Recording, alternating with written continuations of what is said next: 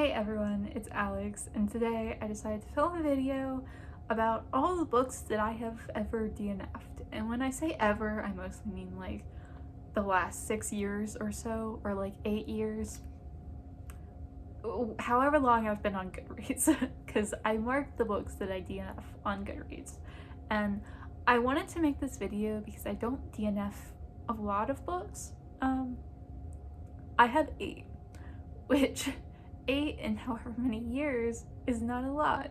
I usually like to read through everything. Like, if I get annoyed by something, I would rather finish it than put it down. It's a quirk. I don't want to change this. I'm content with how much I DNF. But I just wanted to film a quick, and that's probably a lie, video about all the books I've DNF'd. Just discuss them, why I stopped reading them, if they were terrible, because that's usually not why I DNF books. Again, like I said, I have 8. I don't own any of these for obvious reasons. And when I say DNF, I mean I stopped reading it and don't plan to go back to it. Because otherwise I'll just say like, oh, it's not the time. It's not a DNF, it's just like a to be continued. So this is all the books that I do not plan to go back to, in no particular order. Or I guess in the order that I added them on Goodreads, but that could be I added them to my want to read, not actually when I picked them up. So the first book we have The Librarian of Auschwitz, based on the true story of Dita Kraus by Antonio Iturbe, translated by Lilith Zekulin Thwaites. This is a YA contemporary. I don't know what's wrong with me today. This is a YA historical fiction about the Holocaust. It's set in Auschwitz for the main part. I got 28 pages in. It's about a girl who hid books in Auschwitz. A teenage girl, real person. Dita Kraus was a real person, and the character in the book is named Dita Kraus. Like, it's like a novelized version of what she went through, and I'm pretty sure she was involved in the book itself.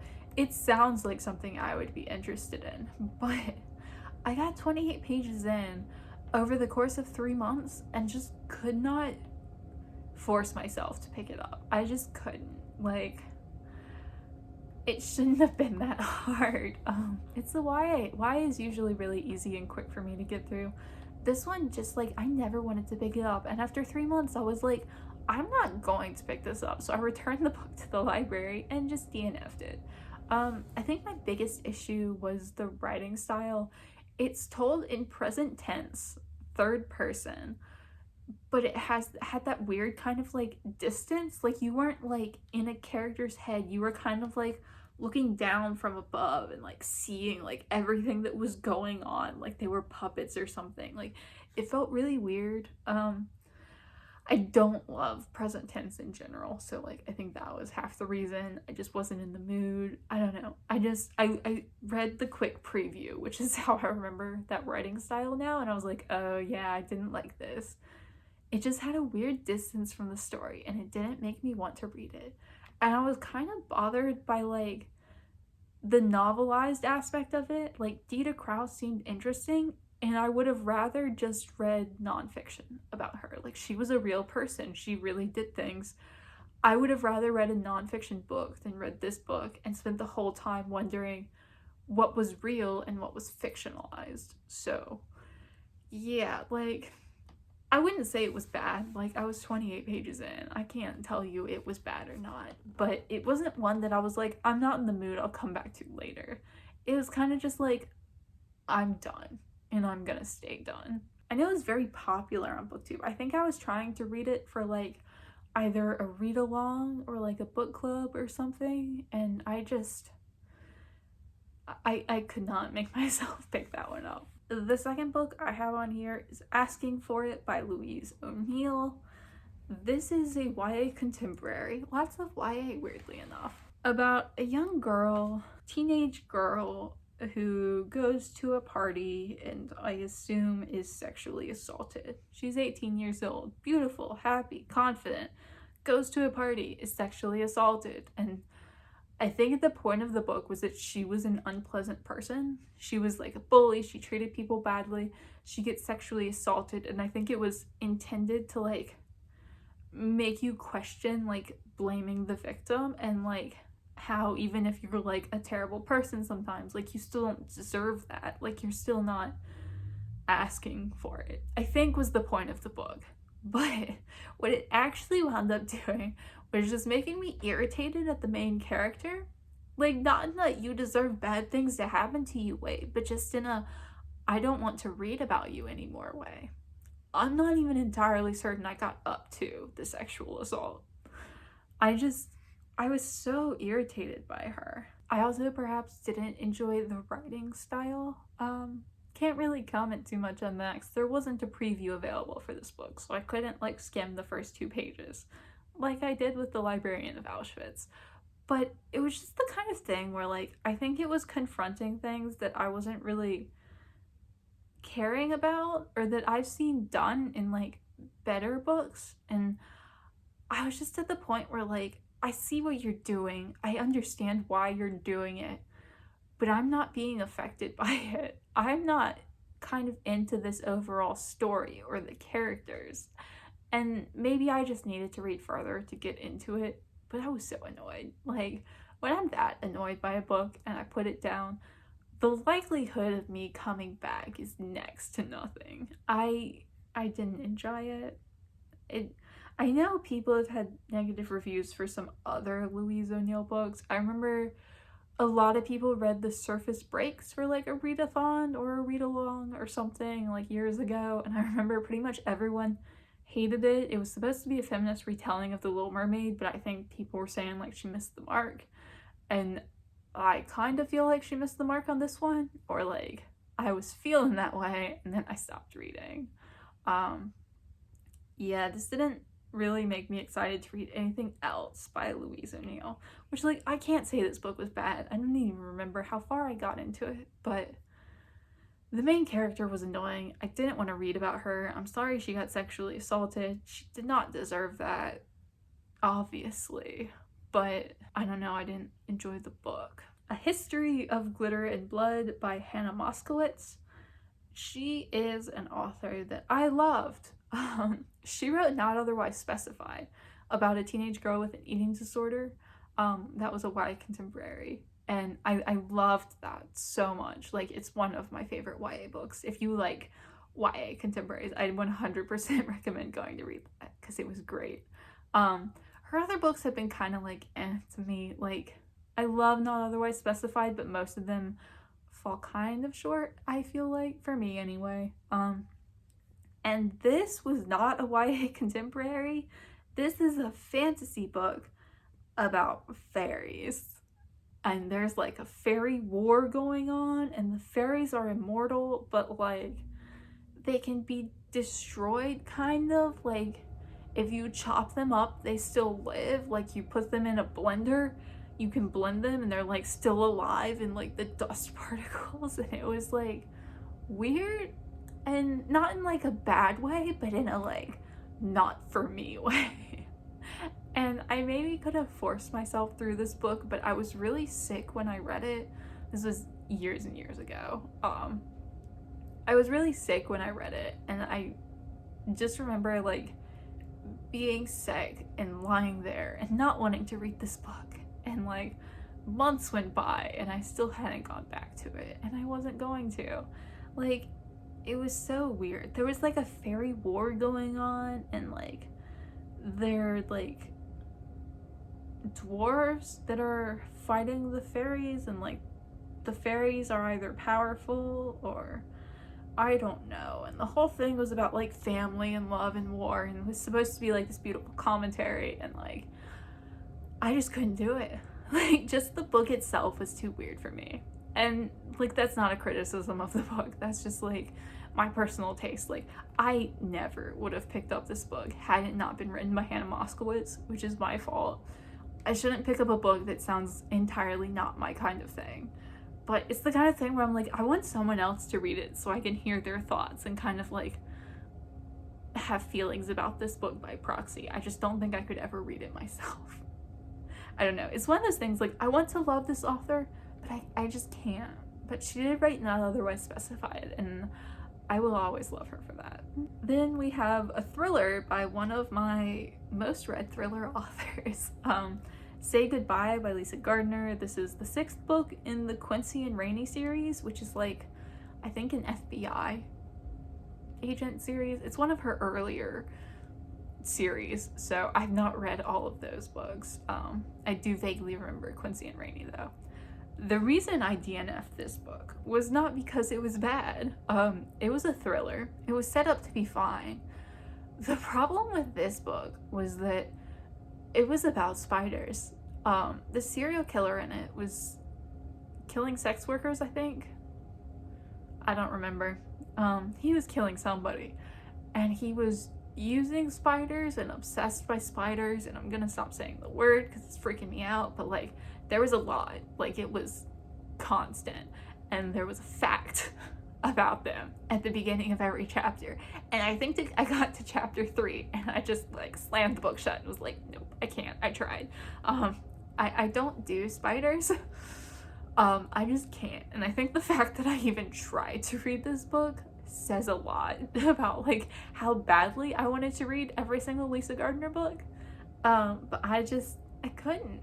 And the book seemed fine. Like, I really wish it'd been like worms or something instead. Like, if it'd been about worms, like, I could have handled reading a worm fact at the beginning of every chapter, but it wasn't. And like, I just am not capable. I don't do spiders. Like, I don't. So this will forever be the one Lisa Gardner book that I don't read, and it's going to bother me until the end of time because I wanted to like complete her, you know? Like, I've been working my way through her books the past several years, and like consistently I enjoy them okay for the most part, but like I just wanted to read them all, and I can't, like, I just can't do Say Goodbye. Yeah, so no comments on the quality of the book. There were spiders, so like the quality doesn't even matter anymore. It could be the most amazing book in the world, but like, I still wouldn't read it. Then we have Bridge of Spies, a true story of the Cold War by Giles Whittel. I think there was a movie based on this, which was why I was going to read it. I was listening to the audiobook. It's nonfiction. It's about like a spy trade during the war, I think. And I was listening to the audiobook, and it was just one of those, like, so much information was coming at you so fast, and I couldn't follow it, and I was so bored and confused, and I didn't know what was happening, and I didn't know who anyone was. And I listened to like a decent portion too, because I was interested by it. And like, I think around the halfway point, I realized that I had retained nothing from this book. And I think part of that, I don't get along as well with audiobooks. My reading comprehension is lower. I think the last 4 of these are audiobooks, actually. I'm much more inclined to DNF audiobooks. If I picked up the physical book, I think I might have enjoyed it more. I think I might have at least understood it. I just genuinely couldn't follow what was happening, which was such a tragedy because it seemed interesting. It was just about spies during the Cold War. I think most of what I listened to was about a Russian guy who was spying, or like a guy who was spying for the Russians. I don't even remember though. Like, I was halfway through with this, like, I have no idea what's going on right now, and I have no idea what happened in the first half. So I put it down, and it was one of those things where, like, I think reading it physically was the way to go here, and I think I probably would have enjoyed it okay, but just based on what I listened to, it was very dry and kind of dull, I found. So I don't think I would ever go back to the physical book, just as, like, there are so many other books I would rather be reading, so I just marked it as DNF. Memory's Last Breath, Field Notes on My Dementia by Gerda Saunders. This book seemed great. It's about a woman in academia. She's a professor who was diagnosed with dementia, and it's about her and her experiences with it and everything. and it reminded me of Lisa Genova's Still Alice, which is also about like an academic woman who is diagnosed with dementia. And I was like down, because this is like a nonfiction book. It's kind of like if that was nonfiction, you know. And the reason I struggled with this is because of how academic it was. Like, the woman is a professor, she is an academic, and she writes like an academic, and especially for an audiobook, that was really, really hard for me to follow. And it was the kind of difficult to follow and the kind of not my cup of tea that I'm not ever going to pick up the physical book. But I would like highly recommend it if you're interested, if you don't mind the more academic writing, because I don't love academic writing, and that's just me. I struggle with it a lot. Like, I don't have a ton of like higher education, you know, like I'm not used to reading it. I don't read it, I don't enjoy it. I find it too, I don't know, analytical is not the right word. It just seems too much to me and unnecessary. And you can write things more like colloquially and more like for the world. It doesn't all have to be like this very pretentious academic sounding thing.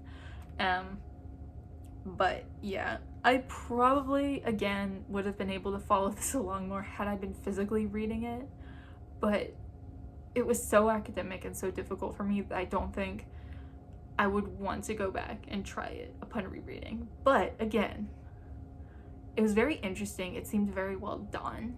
I think she was South African as well, perhaps. I don't know. It was very, very interesting. Just a little bit too difficult for me, and I struggled with it more than I really wanted to. And again, when I'm talking about these audiobooks, for the most part, I was listening to them on my one overnight shift of the week. So I would work 4 morning shifts and then 1 overnight. So difficult was not really what I could handle.